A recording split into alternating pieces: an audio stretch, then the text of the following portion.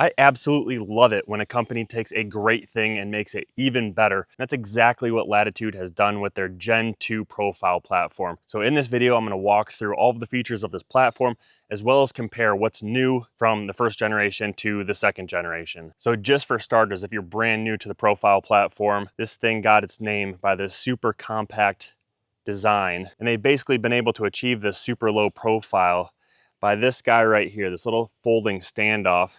There's just a little thumb screw that you tighten down, and now that thing is locked down. So aside from the packability due to the low profile and lightweight nature of this platform, a couple things that I really like are this angled front edge. It helps relieve foot fatigue when you're standing on your platform for long periods of time. I absolutely love it. Makes a huge difference. Another thing that I really like is where they've located the leveling knob. Sometimes the leveling knobs on these platforms are kind of embedded into the platform. They're kind of hard to get to. This one makes it really easy. You could even do it with your foot. If you're standing on your top stick, you can just adjust that with your foot. And that knob basically is going to adjust what pitch this platform sits on the tree. Another thing that Latitude did is added these raised surface grips, so you have a lot of traction on top of this platform. It also has lots of different angles for you to be able to move around the tree, which I'll demonstrate in a second. But if you're the type of saddle hunter that's all about efficiency, the profile platform is a great pick. Now, what's different between Gen 1 and Gen 2 is this cleat on the top here. So this little step right here was not incorporated in the first generation of the profile platform. And I ran the profile platform all last season.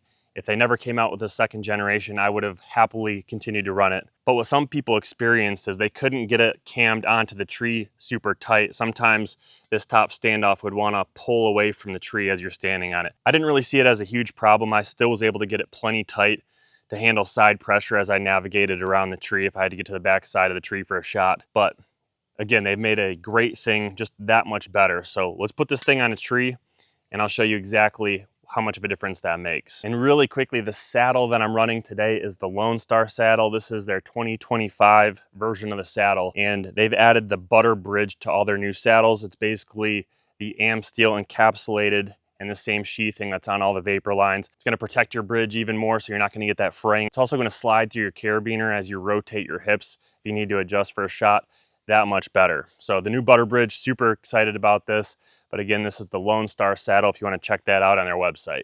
So again, for the people that are brand new, you would just fold that post up, put that moving standoff up, and screw in that little thumb screw. And then it works just like a lot of other saddle platforms do. It's got a friction cam buckle strap that's just going to go around this Versa button here, go around the tree, and cinch it down. So let's go ahead and do that. So I got my strap around the tree. I'm just gonna go back around that Versa button and tighten it down. So what I like to do to get it tight is I'll cinch it down about as tight as I can, and I'll flip my platform vertical, cinch it down a little bit more, and then I will push down and cam it over. But I'm gonna clip into my tether here and I'll show you how that added cleat is gonna help you get it even tighter to the tree. So now that I'm up here in the saddle, what I'm gonna do to get this even tighter is I'm going to utilize this brand new cleat that they've added.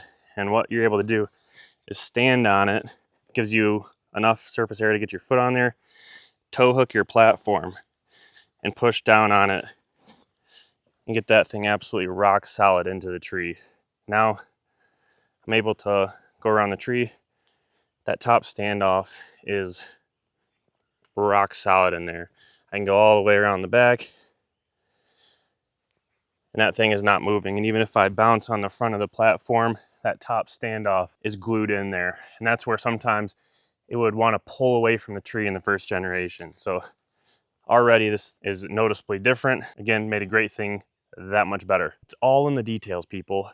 But again, you got the angled front edge. Naturally, your feet want to be around a 45-degree angle when you're standing on your platform, regardless of what platform. So that angled front edge allows you to have even greater surface area under your boot instead of just the thin edge of a tiny little platform. And then the different angles on this platform allow you to work your way around the tree. And something else about this top cleat that they've added is if you're looking to make a drop shot kind of like this behind you, having that surface area to be able to anchor your foot and push off can make a big difference and being able to execute that shot or not. So far I'm really impressed with the changes from Latitude, but this is just a soft maple tree. It's a small diameter tree. Let's go for a bigger tree, different species, and see if we get the same result. All right, so now we got a different species in a larger diameter tree. Start by just getting that tightened down the best we can. Push down and cam that over. We're gonna adjust the tension knob a little. So we got it on the tree, and now I'm gonna climb up, clip into my bridge. We're gonna see just how tight we can get this sucker locked on here. So you can see already the top standoff is bouncing a little bit off, and that was the issue that some people ran into on the first gen. So what we're gonna do, we're gonna stand up, kind of tow hook our platform, cam it back over, and now when I'm sitting into this thing, that top cleat is super dug into this tree.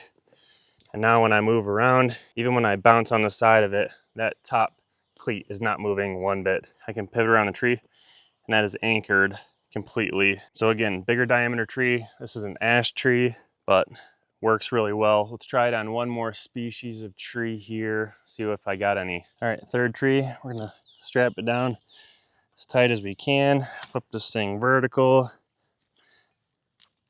tighten it down, and then cam it over best we can from the ground. Now we got our tether adjusted. We're gonna use that top cleat so we can step on it and then really cam that thing over.